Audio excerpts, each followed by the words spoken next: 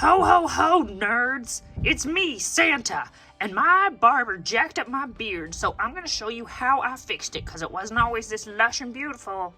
Look how ugly my beard is. It's disgusting. Here's how you can fix it. Thanks, Santa, but your voice kind of reminds me of Kermit the Frog if you made poor life choices. Get some rubbing alcohol or some acetone. Apply it to the areas that you want to then paint. So here I'm actually removing the weird sap stuff. Once Santa's beard is dried, you'll go ahead and you'll use your paints. I like doing gray first and then just building over top of it with the white.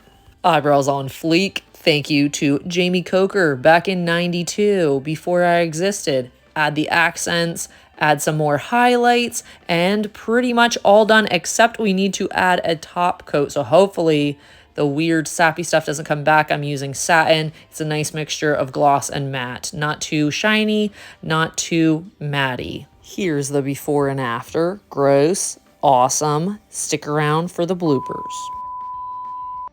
Ho, ho, ho, children. My beard got jacked up by my barber, so I'm going to show you how I fixed it. Why do I sound like a weird fat Albert? I don't know. That's just the way I am. But now you know. If he doesn't sound like Fat Albert, he's an imposter. Ho, ho, ho, it's me, Santa Claus. My beard didn't always look this good.